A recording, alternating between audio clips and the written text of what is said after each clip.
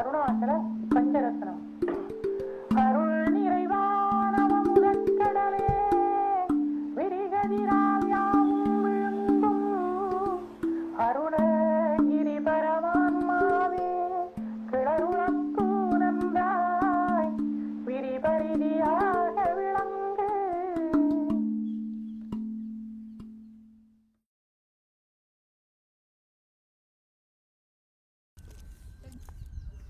Today I'm going to be talking about verse 1 of Śrī Aruṇācala Pañcaratnam. But first I'll just give a slight introduction to the whole work, Arunachala Pañcaratnam. Bhagavan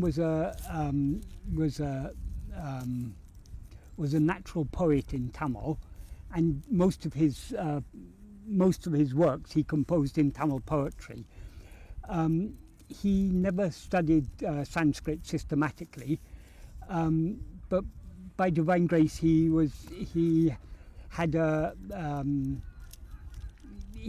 somehow was able to understand Sanskrit, though he had never studied it so well that in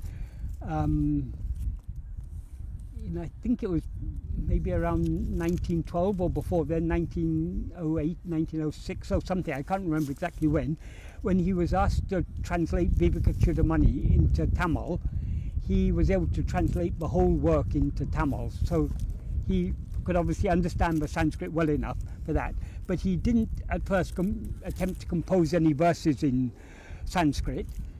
But some people asked him to compose. He didn't do so at first, but in 1917 he composed the 5 verses of Arunachala Pañcaratnam in Sanskrit. There are various conflicting stories in different books about how he came to compose it, but it seems the general consensus on most of the versions is that the first verse he composed spontaneously one day, and that was known to a few devotees. So one day it was brought to the notice of Kabalitaghana that Bhagavan had composed this verse in Sanskrit. So when he saw the verse Bhagavan composed, he asked him to compose some more verses. At first Bhagavan declined, then he wrote the second verse. Then Kabalitaghana asked him, please compose 3 more verses, one on Jnana Marga, one on Karma Marga, and one on Bhakti and, one on Jnana Marga, one on Yoga, and one on Bhakti and Karma. So then Bhagavan composed the last 3 verses. So the first 2 verses Bhagavan composed without any subject being given to him. So what he composed in these first 2 verses particularly significant, but all the verses are each are significant in their own way. Bhagavan composed all these 5 verses in 1917 in Sanskrit. Later in 1920, before this he had already composed Aksharammalai, the 108 verses, and also Patikamanaśtikam in Tamil, and also various stray verses. So in 1922, when a devotee wanted to publish all Bhagavan's Tamil hymns on Tamil stotras, songs of praise of Arunachala, in a small booklet, knowing about this, that Bhagavan had written this one poem in Sanskrit, he asked him to compose a Tamil version. So Bhagavan then composed all 5 verses in Tamil. And there's also one concluding verse which had been written by a devotee called Devarata. That was written for the Sanskrit version. When Bhagavan translated into Tamil, there are 2 accounts. One account is that the final verse he adapted himself. Another version is that it was adapted by Swami. I'm not sure which of those is correct. It may have been by Swami, but I think it could also well have been by Bhagavan. So, as I say, different versions explain that in different ways, so we'll never know for sure about that. But anyway, today I'm going to be talking about the first verse. This is a very, very beautiful verse. I'll first read the Sanskrit version and then the Tamil version. The Sanskrit version is karuṇāpūrṇa sudhābdhē, kabalitaghana viśvarūpa kiraṇāvalyā, Arunachala paramātman, aruṇō bhava cittakañja suvikāsāya. The first half line, karuṇāpūrṇa sudhābdhē, that is addressing Arunachala. Sudhābdhē, abdhē is an ocean. So abdhē is a vocative form of that. So he's addressing Arunachala, ocean. Sudhā means ambrosia, nectar, the nectar of immortality. Sudhābdhē means ocean of nectar. Karuṇāpūrṇa, apuṇa means full, but fullness, the whole. So the whole of the first half line, karuṇāpūrṇa sudhābdhē, means ocean of ambrosia, the fullness of grace. This is addressing Arunachala. And then in the second half of the first line and the first half of the third line, in the first half of the third line, he continues the address, Arunachala paramātman. Paramātman is parama means what is, it's a superlative word. It means what is ultimate or what is supreme. Atman means oneself. But the term paramātman is often used to refer to God. And in India there were many different forms of philosophy, many different philosophies were there. And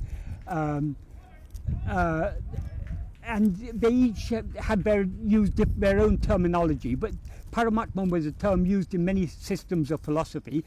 In some systems they contrasted paramātman with jivatman. Jivatman meant the individual or the individual self, and the paramātman the ultimate self.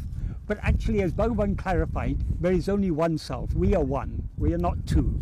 So we don't have two selves, a paramātma or higher self and a jivatma or lower self. There's no such thing. There's only one self.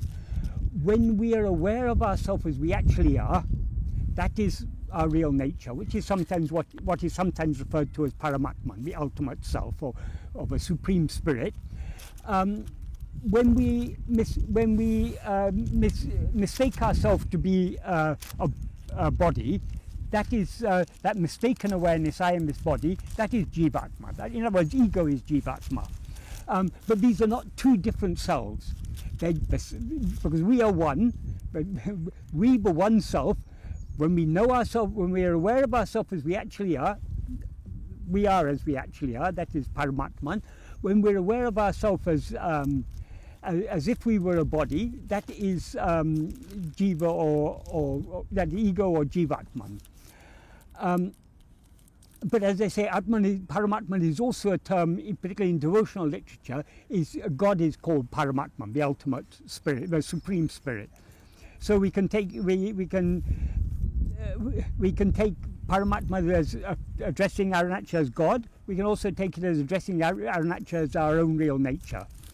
Both are equally applicable, and they mean the same thing, because God is nothing other than our own real nature. So Arunachala paramātman, Arunachala, that is Arunachala who is paramātman is the implication, or paramātman who is in the form of Arunachala. The second half of the first line is in effect an adjectival clause or a relative clause to Arunachala paramātman. What Bhagavan, this is a very significant line. Kabalita means swallowed. Gana viśvarūpa. The gana means solid, gross material, the material of a solid form of the viśvarūpa, the form of the universe, the solid form of the universe. Kabalitaghana viśvarūpa kiraṇāvalyā. Āvalyā is a series. By a series, kiraṇa means it's a ray or a beam of light. So the meaning of this is kabalitaghana viśvarūpa kiraṇāvalyā Arunachala paramātman. That means Arunachala paramātman, or paramātman who is Arunachala, by whose series of rays the solid form of the universe is swallowed. I will explain about this clause after explaining the Tamil verse. Then the final half line, the second half of the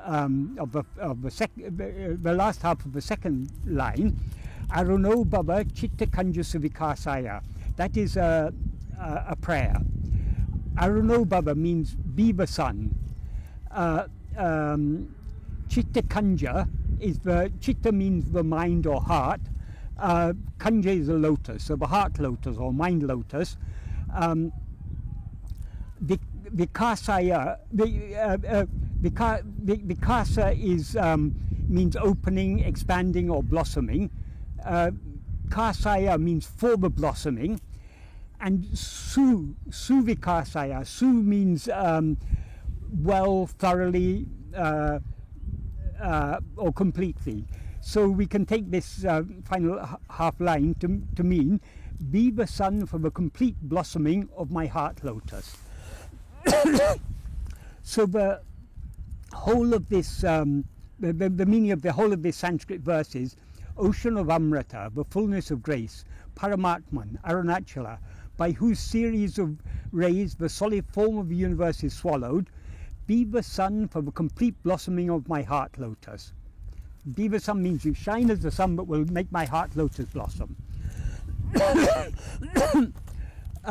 The Tamil verse is very, very close in meaning. What Bhagavan says in the Tamil verse is, Arunirevana amrakadale virikadiral virungum aruna giri paramātman abdhē kilaulapūnandrai viriti partiyaha vilangu.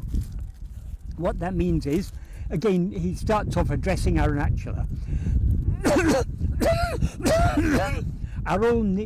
Arunnirevu means the fullness of grace. Arunnirevu ana means which is the fullness of grace. Amrakadale, ocean of Amrita. Amrita is the nectar of immortality. So ocean of Amrita, which is the fullness of grace. Again, he addresses Arunachala as Arunagiri paramātman. That means Paramatma in the form of Arunagiri, or it's not in the form of Arunagiri, who is Paramatman, or Arunagiri Paramatman. Again, it has there's a relative clause, Virikadiral Yavam Virungum. That is Paramatman Arunachala, who swallows everything by your spreading rays. And then he concludes with the prayer, Kila ulapūnandrai viriti partiyaha vilangu. Kila means what is rising, emerging, swelling, growing, increasing. So it implies in this context what is budding. Like just before a flower blossoms, it first comes out as a bud. So Bhagavan's heart is already in the form of a bud. Kila ulla means heart, pu means flower, the heart flower, that means heart lotus. Nandrai means a well, or in this context it implies fully or completely. Viri paritiyaha vilangu, shine as the pariti means the sun, shine as the sun, but will cause my heart, or which will make my heart lotus blossom fully. There's no word for my there. Make my heart lotus blossom fully. Since it's a prayer, it implies my heart lotus. So the whole meaning of the Tamil verse is ocean of Amrita, that's the ambrosia of immortality, which is the fullness of grace. Paramātman, Arunachala, Arunagiri. Arunagiri means Aruna hill. That's not the name of Arunachala. Who swallow everything by your spreading rays, shine as the sun that makes my budding heart lotus blossom fully. Here, there's a lot of meaning in this verse. Firstly, Bhagavan, the first word Bhagavan used in both Tamil, in Sanskrit he used the word karuṇā. In Tamil he uses the word aru. Both of these mean grace. So Arunachala is the fullness of grace. Bhagavan has explained what grace is. Grace is nothing but the infinite love that God has for us as himself, because God is our own real nature. So God, in the view of God, we are not other than him. So because God has perfect love for himself, and because he sees nothing as other than himself, he loves everything as himself. His love for us as himself is grace. And it is that love which sows the seed of love in our heart to draw us to him, and which eventually will swallow us completely. So Bhagavan says Arunachala is the fullness of grace. He also describes it as Amarakadale, the ocean of Amrita, or sudhābdhē, the ocean of nectar, the nectar of Amrita. Amrita is very closely related to the Greek word ambrosia. Ambrosia meant the nectar of immortality. I think in ancient Greek, ambrosia was death.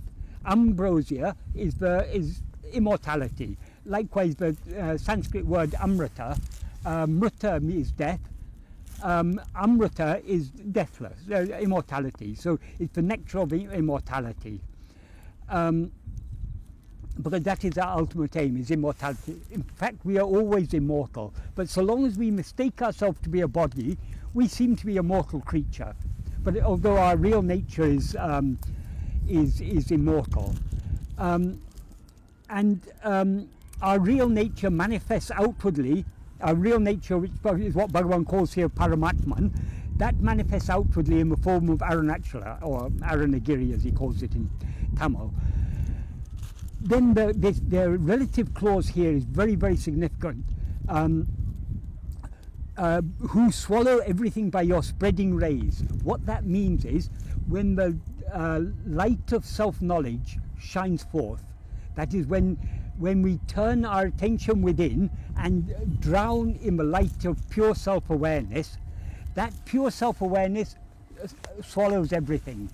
Bhagavan used a similar description in verse 27 of Aksharamla, where he says, Sakalamam virangam, kadiroli yenamana, jalajamalati darunachala. In fact, exactly the same prayer there, which he composed before this. So possibly when he composed this Sanskrit verse, he had exactly the same idea that he had in mind earlier when he composed verse 27 of Aksharamla. Sakalamam virangam means who swallow everything. Sakalamam virangam, kadiroli yenamana. Inna is sun, O son of bright rays that swallow everything. Mana jamalati Arunachala, that is, make my heart-lotus blossom. That's a prayer in verse 27. So, but why he says this, that it swallows everything, but the light of, the implication is, but when we know our real nature, not only ego, but everything else will be swallowed in the light of pure self-awareness. Why? Because everything else, all this entire universe, all universes, all worlds, all phenomena, appear only in the view of ourself as ego. In sleep, when we don't rise as ego, we're not aware of any phenomena. In waking and dream, we rise as ego, and consequently we're aware of phenomena. So when ego is finally swallowed by the light of pure self-awareness, everything else will be swallowed along with it. As he says in verse 26 of Uludunapadu, if ego comes into existence, everything comes into existence. If ego doesn't exist, everything doesn't exist. Ego itself is everything. Therefore, investigating what this ego is giving up everything. So if we want to attain self-knowledge, we need to be ready to give up everything. Because what will remain in the state of when ego is destroyed, what will remain is just pure self-awareness, our self alone, nothing else. Because that alone is what actually exists even now. So it's got a very deep meaning, that that relative clause, by whose spreading rays everything is swallowed. Who swallow everything by your spreading rays. Spreading rays means the rays of self-awareness. And then the prayer, aruṇō bhava, in Sanskrit, in Tamil, paratyaha vilangu. In Sanskrit means be the sun. In Tamil, shine as the sun. What is the sun that will make the heart lotus blossom? That is the heart lotus is here. The blossoming of the heart lotus is a metaphor for the opening of ego and the shining forth of pure self-awareness, because ego is a form of self-awareness, but enclosed within adjuncts. So when the ego opens, when the mind lotus opens, the adjuncts drop off, and pure self-awareness alone remains. That is the metaphorical term, blossoming of the heart lotus. That's what it signifies. So, shine as the sun that makes my heart lotus blossom fully.